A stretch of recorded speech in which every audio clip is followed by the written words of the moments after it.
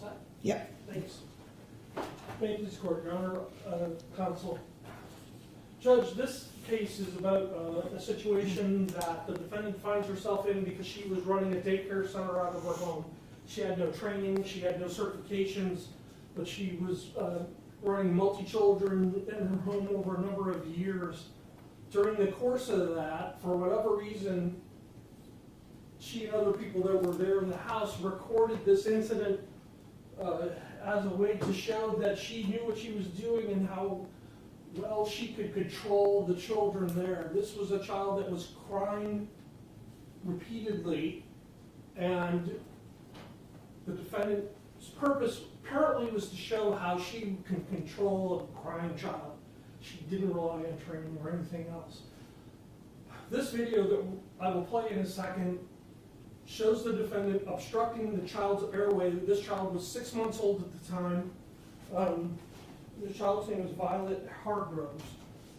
This happened in January. The child was born in June, so she was 6 months old at the time this happened.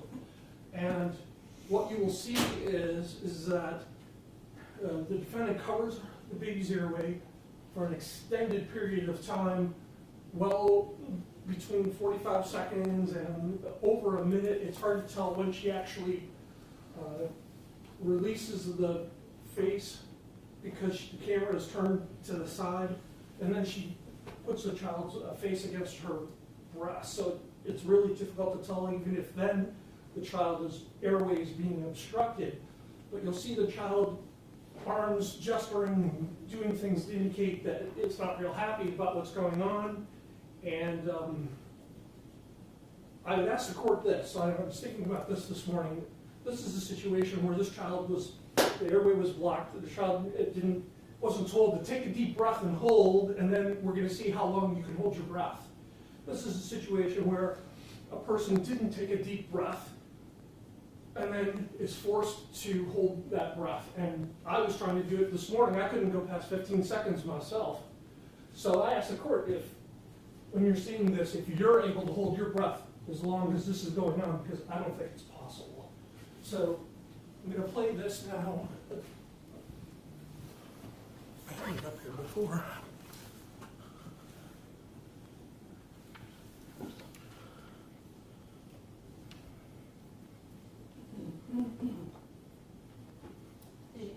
Are we using ClickShare? Okay. Okay. This is the beginning of the tape. I'm going to play it to the end. It's about 2 minutes and 50 seconds.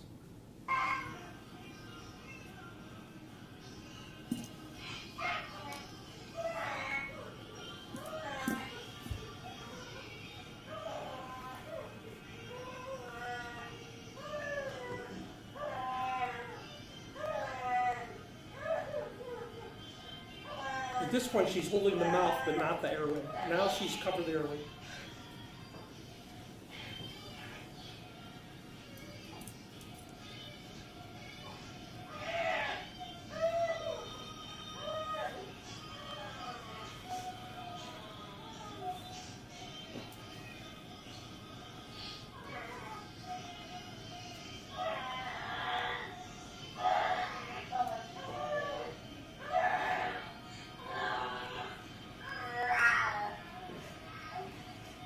She still has the airway covered. It's torture. I believe at this point she still has the airway covered.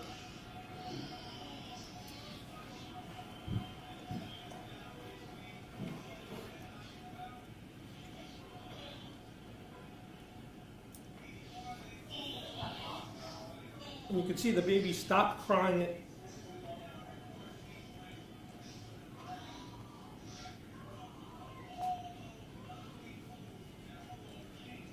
Calm down.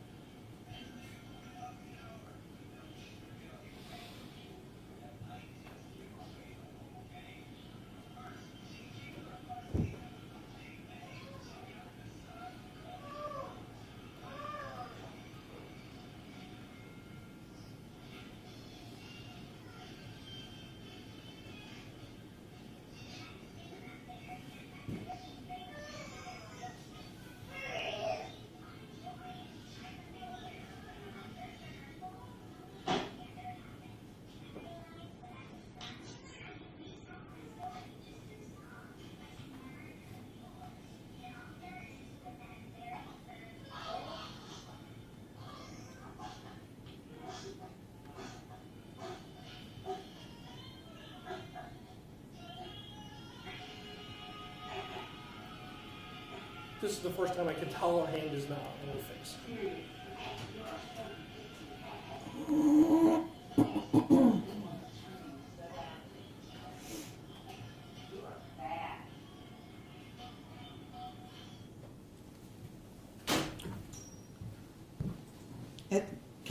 Does the last words "you are bad"? Yes, Your Honor. That's what I thought. Okay, thank you. Your Honor, the state believes that those actions created a substantial risk of serious physical harm to this child. We don't know the extent of the injuries to the child because the child's still too young for us to, and for doctors to be able to tell that. And I'll tell you though, that the parents have said at this point, they have not noticed anything that they, are concerned about, but it's still early in the game. The state believes that the actions of the defendant are ones that require incarceration. It would demean the seriousness of her actions and her demeanor towards this child on that day. And I would ask you to impose a significant prison sentence. Thank you. Does the state have any amount of time that it is suggesting in this case? The state believes that between 2 years, 9 months, and 3 years would be appropriate. All right. At this time, did you wish to have your victim impact statement made? Yes, Your Honor, please. All right. Come on up, sir. We're going to have you, he can either come right next to you, Jay, or he can go to the podium, whichever you prefer. This is on here. You just stand here. You need to tell the judge your name and spell it for the court record. Patrick Smith, Patrick Smith, you got it.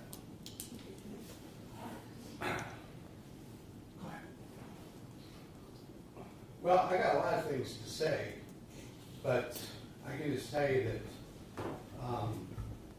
my family was shocked when this was unveiled, and I'm very disappointed in the court system because the video is self-explaining, but what happens to Sam? Why wasn't he indicted? Because he filmed the whole thing and sat on the tape for 6 months. What does my family have to do? Take a civil lawsuit against them for the pain and suffering and the missed labor and wages by my children, my entire family? We work hard, we pay our taxes. Both of my kids work. They work their entire lives. I raised them good. And when you expect a woman that's taking care of other kids, that you expect them to be respectful of other people's children and that love them and care for them and take care of them, and you're judging that baby saying you've been bad. And halfway through the tape, I see my little Violet's arms shaking because her face is pushed up against your body, and I can't see if your hand's cuffled over her mouth or not, but it's disgusting. And you know what? Thank God she's a strong baby, and she's in good shape. If she was sick or had any kind of a breathing problem, we'd be here for murder. And I don't think you understand the seriousness of it, because I'm not a Facebook person, I'm not on it, I see it, but what I've seen on Facebook, your friends and people posting, standing up for you, well, I tell you what, they need to choose their friends better. And if your family supports you for doing that, where in the world is the world today where you say, Mom, what did you do? You need to be responsible for your actions.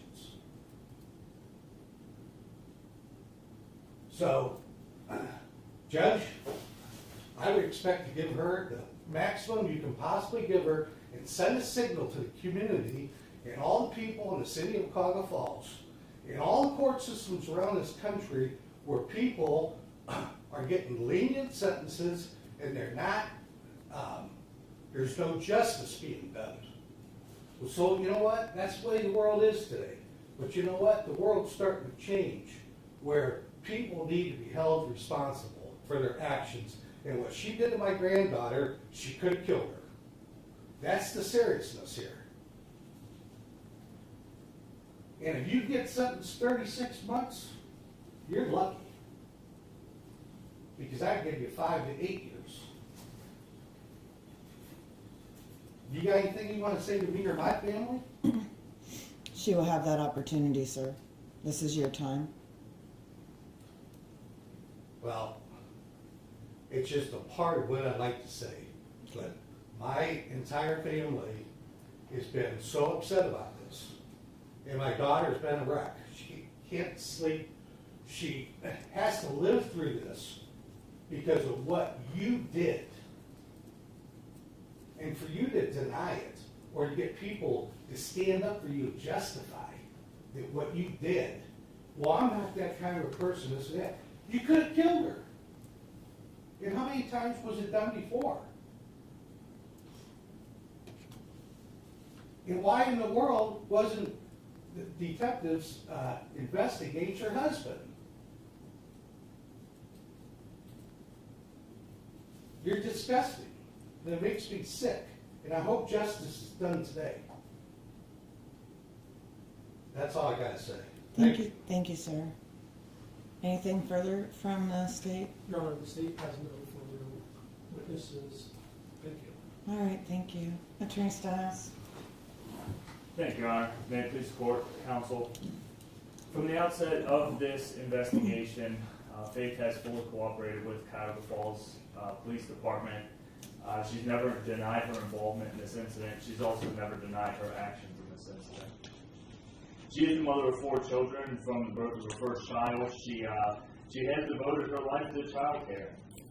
She acknowledges that the collateral sanctions that will be placed on her because of this conviction will always be with her. She won't, again, care for any children. She will never again be able to do the things she loves to do. She will always have a criminal record. She'll forever have to explain why she has this felony degree on her record. As the court's aware, this 3rd-degree felony does not carry with it a presumption of prison. But since prison was a possibility in this case, several people have stepped up to provide letters of support on Faith's behalf. These letters explain that Faith's always gone above and beyond when caring for the children and their families. One of the letters, written by a couple who were new parents at the time, described how Faith put them at ease when she took the time to sit down with them and explain to them childbearing, childbirth, and how to parent those children.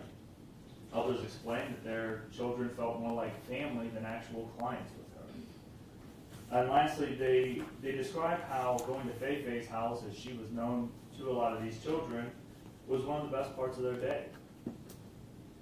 These letters also explain that she often took little to no payment for her services, that she purchased toys and hygiene products for the children out of her own pocket.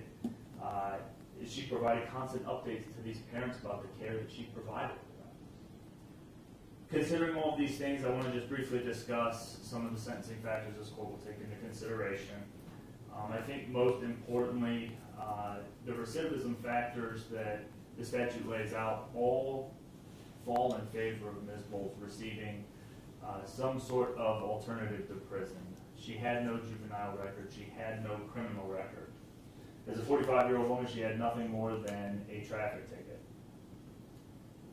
Considering the other factors, I think it's important to note that although the Hargraves have gone through a lot of grief in this, they continue to go through grief. I think we're all thankful today that, as the state and the family have mentioned, she has not sustained any injuries. I think the application of the factors that this court will consider do fall in favor of a reserved prison sentence with some degree of community control. I think the letters of support show that while this video shown today was incredibly disturbing, this was an isolated incident. She does not have any other allegations against her that these have occurred, and as is most often the case in these types of situations, nobody has come forward to say, me too. Nobody has come forward to say, I believe that these things may have happened to my child as well. I'd like the court to know that since the incident occurred, Faith has been very proactive. She's been meeting with treatment providers regularly, making sure that her medications are on track, making sure that she's consistent with her mental health services, to ensure that nothing like this will ever happen again. She has also committed to seeking out additional services at this time. How those will be incorporated into the treatment she's already receiving is unknown at this time, but she is seeking those services. Again, Your Honor, I do think a reserve prison sentence is most appropriate here to accomplish those overriding purposes of felony sentencing, protecting the public from future crime. We know that Faith does not have any other incidents like this in her past, nor is she going to have any other incidents like this in her future. I think it's important that the court consider that a community control sanction, in addition to the collateral sanction she's received for this, is the punishment that she's received. She will be placed on, or there is a possibility she's going to go on community control for a very, very long time. I think that this does help promote the effective rehabilitation of the offender, using the minimum sanctions necessary to accomplish that without putting any unnecessary burdens on the resources of the community.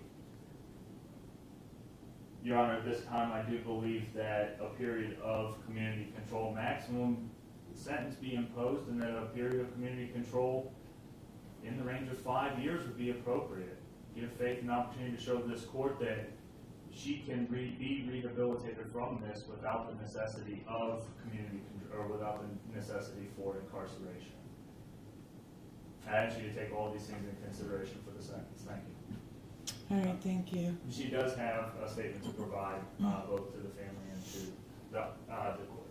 All right.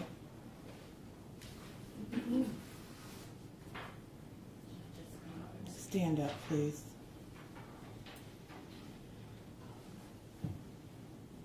Your Honor, because this weighs so heavily on my heart, would it be okay if I address the family first? Yes. Cursing Kathy for mother. All right, we're having problems with, there's another mic there. She just needs to get closer to that other mic. There we go. Thank you. Cursing Kathy, for months I have been waiting for the opportunity to speak to you. I have never owed an apology to anyone like the apology I owe to you.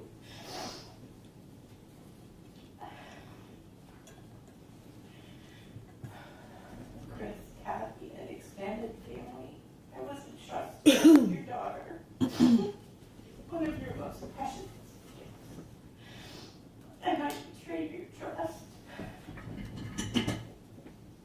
My actions that day were inexcusable. I will forever carry the weight of my actions with me. I'm sorry, so sorry for the pain and anger I brought to you and your family. I'm sorry for the sleepless nights I've caused. Your feelings towards me are valid. And while these words may not resonate with you, they are all I have to offer. I am terribly sorry.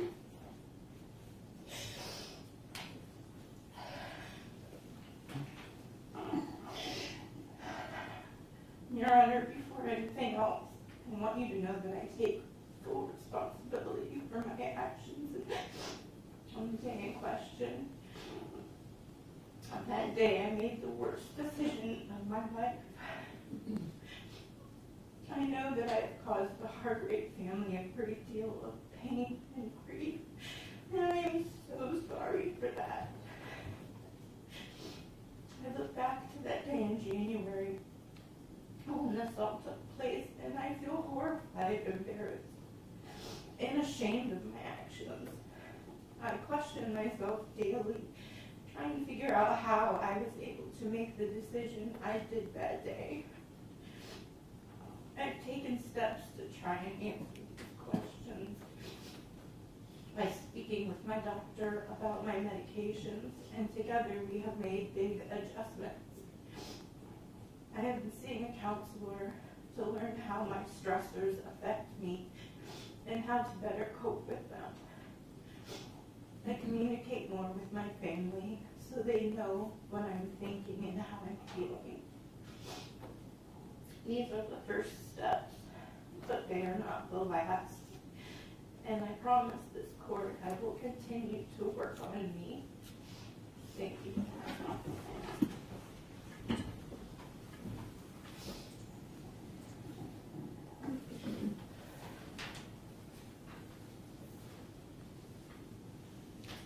Anything further?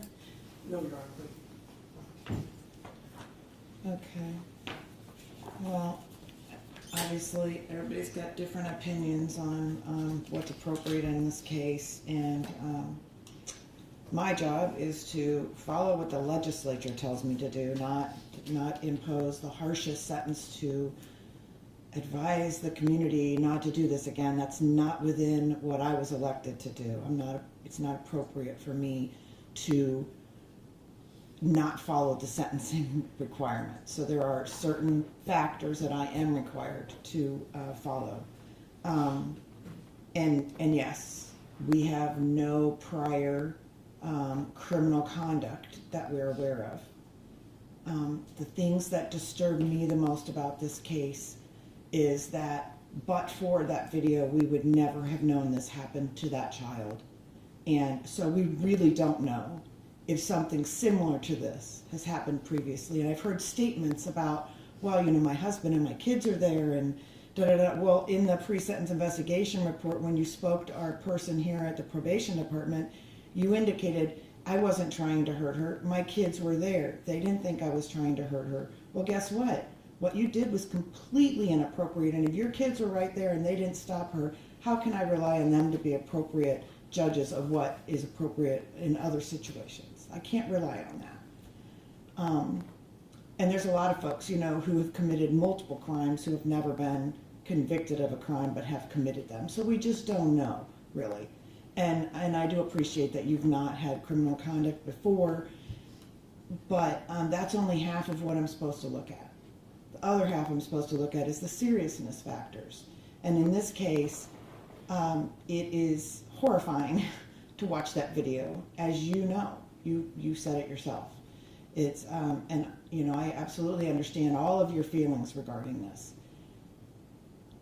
Did you intend to cause harm?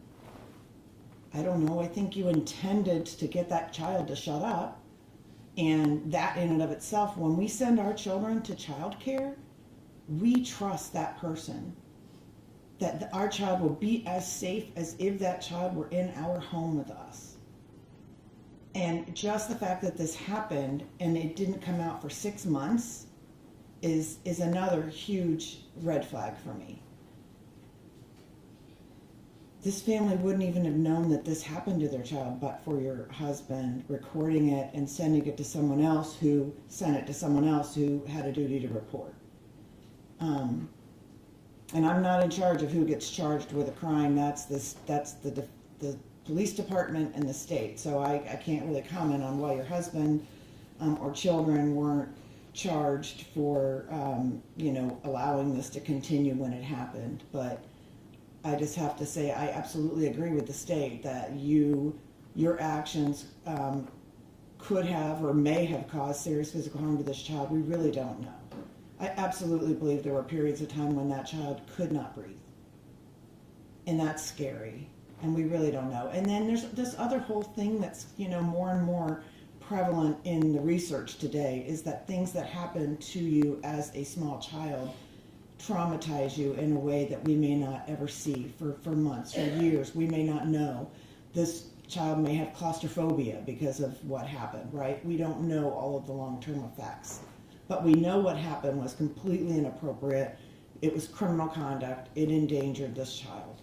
And so I will say I appreciate that you have taken responsibility for what happened. There was probably a sense of relief when this came out, that it wasn't some shameful thing that you were hiding anymore.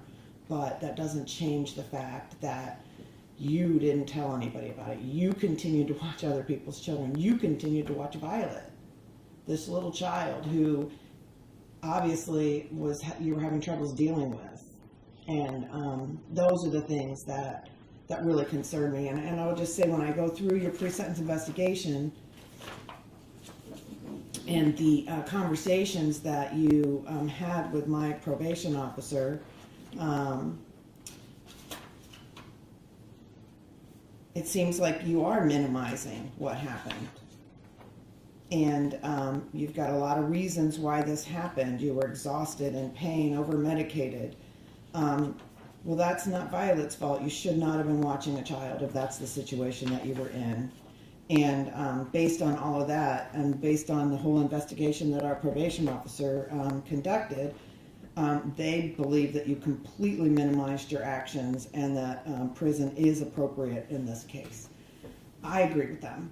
And I've struggled with this because I am one who will give people the opportunity in the community to prove things differently. But because of the, I would say, insidious nature of what happened in this case, and the lack of taking immediate responsibility for it, and even the continual minimization, I do believe a prison sentence is necessary.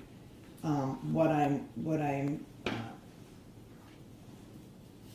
looking at, though, is at potentially a smaller prison sentence, not the full 36 months, but something where you would be in prison for a while, and then we would grant you the judicial release. You would go to community-based correction facility, and then be on probation for a period of time with that prison sentence hanging over your head.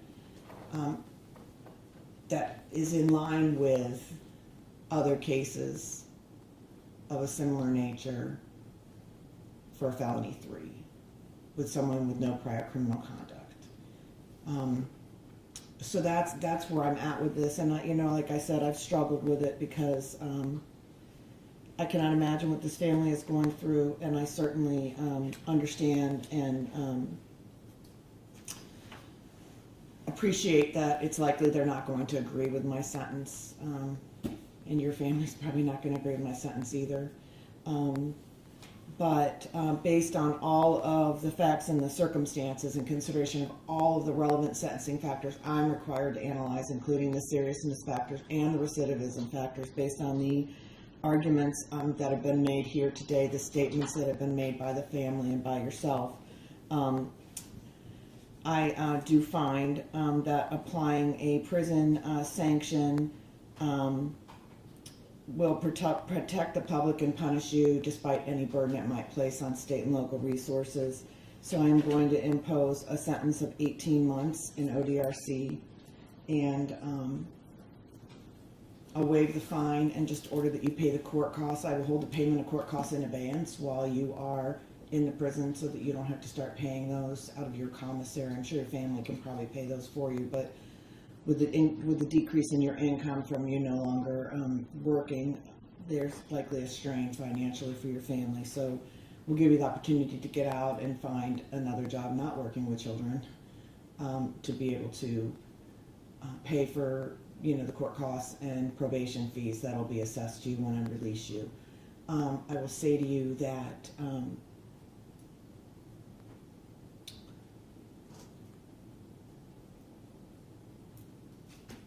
my goodness. Okay. We are going to, while you're in the prison system, I cannot do a no contact order because I don't have jurisdiction over you, but when you are released, I will issue a no contact order. I'm going to ask you, out of respect for the family, that you not have any contact with the family. I'm sure that you didn't intend to, but just to make it clear. And also your family should not be doing that. And frankly, your friends and family should not be posting on Facebook about this event, because only the people who have seen the video and whose child have been involved are really, and yourself and your family are really the only ones who can judge what happened that day. And social media tends to be a place where victims get beat up and, defendants get beat up, and a lot of times, and judges get beat up, and a lot of folks don't have all the information. So I would hope that going forward, that out of respect for the victim's family, that we don't have a lot of additional commentary on this situation from those who weren't there and don't know all the facts. But you personally are the only one I have jurisdiction over. So when you are released, I will make sure that we issue a no contact order. Okay. While you're in prison, you're not allowed to use drugs or alcohol. I don't think I need to talk to you about that. I don't believe you have any jail time credit. Would that be accurate? I believe she was summoned. And is there maybe a day or two? I think there was a day. Actually, it might be 2 days, Your Honor. I wonder if my officer might have put that in this. So you are entitled to jail time credit. That will be added. Yes, 2 days. Good. So you're entitled to 2 days jail time credit. You know, I will consider judicial release. I'll tell you what I consider for judicial. I consider the person, when they get there, how are they classified by the prison system? They do their own assessment. I consider the conduct that they have while they're there, if they are participating in any classes or any things that are available to them. And I will consider judicial at an appropriate time. I'm not sure I'm going to consider it after you've been there 30 days, which is the time that you would be eligible. But I would certainly consider it prior to the 6 months that you would have had to wait if it was 2 years. But I want you to go there and I want you to feel the gravity of what happened here. And I know you may think that you felt it, but honestly, I'm not sure you really have. Upon completion of your prison sentence, if for some reason I don't let you out, then at that point in time, you would be supervised on post-release control for a mandatory minimum of 1 year, maximum of 3 years, and that would be determined by the parole board. I am required to tell you that if you violate the terms and conditions of supervision under post-release control, the parole board can return you to prison for up to 50% of your prison sentence for all violations. If you're convicted of a felony while on post-release control, the sentencing court in that new case can not only sentence you in their case, they can sentence you to consecutive prison sentence, in this case of 1 year, the time remaining on your post-release control. Because there's no agreement in this case, actually I think you will be under a weapons disability, so you will not be able to use, own, or possess a firearm, and any firearms in your home will have to be secured so that you will not have access to them. Additionally, since there was no agreement on the sentence in this case, you are entitled to appeal my sentence, not the conviction, but the sentence itself. And you need to file a notice of appeal with the clerk of courts for the Court of Common Pleas within 30 days of the sentence. If you are unable to pay the cost of the appeal, to obtain counsel for the appeal, to pay for the cost of documents necessary for your appeal, the court can pay for those things. And you do have the right to have that notice of a timely appeal filed on your behalf. I will let you consult with your attorney about whether you wish to do that. If at some point you do need appointed counsel or the court to agree for the state to pay for anything regarding that appeal, you would need to submit an indigency application to the court. Now, the final issue we would need to discuss is when are you going to go? My original intention was to take you into custody today, and part of me really thinks that's appropriate, but you have been out on pretrial release this whole time, and you have not gotten in any trouble. You have come to all court hearings. You showed up today knowing that I may impose a prison sentence. And so your attorney and the state and I spoke in my chambers beforehand about what I would do about that. I believe the state is asking, are you asking that I take her into custody today? Yes, sir. All right, and Attorney Stiles. It'd be my request, Your Honor, that she be given a period of time to get her affairs in order before she be taken into custody. I think she has proven, I don't know that she was even on pretrial release while this was going on. I think she was just out on a signature bond. She's appeared at every court appearance. She appeared today knowing the consequences of what she faced. So I would ask the court to give her time to report. Okay. You know, I was actually planning on taking you into custody today, but I will give you until Friday at noon to turn yourself into the Summit County Jail.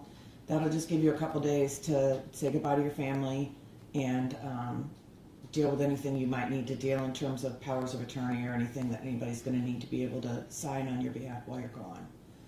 And I believe I've covered everything I need to cover. My condolences to the family that you had to go through this. I will say, because she did take responsibility today, that is a huge, huge obstacle that you did not have to go through a trial.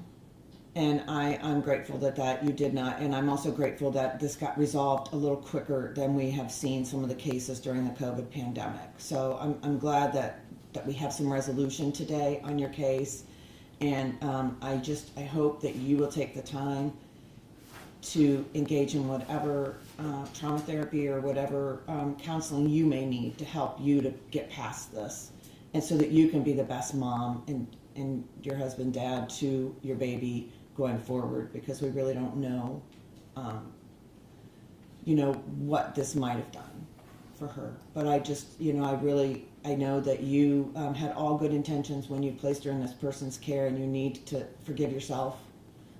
It appears in all intents and purposes that everybody else felt very comfortable with her, and so you need to let go of any guilt or anything like that you have, ma'am, by allowing this child to be in her custody, because we just can't know when someone's going to do something like that to us. So I would suggest you, if you're feeling that way, which I feel like you maybe, get some help for that so that you can be that best mom.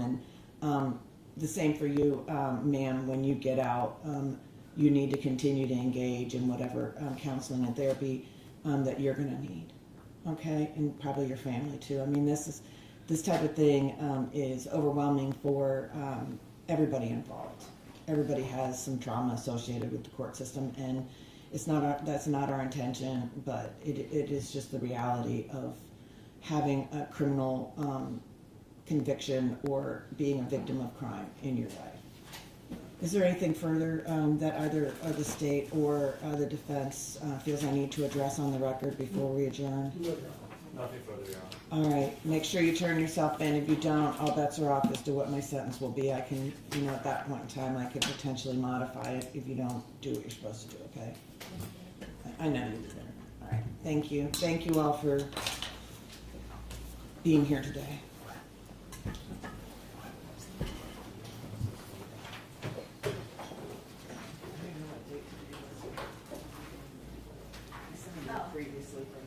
Oh, the gold one.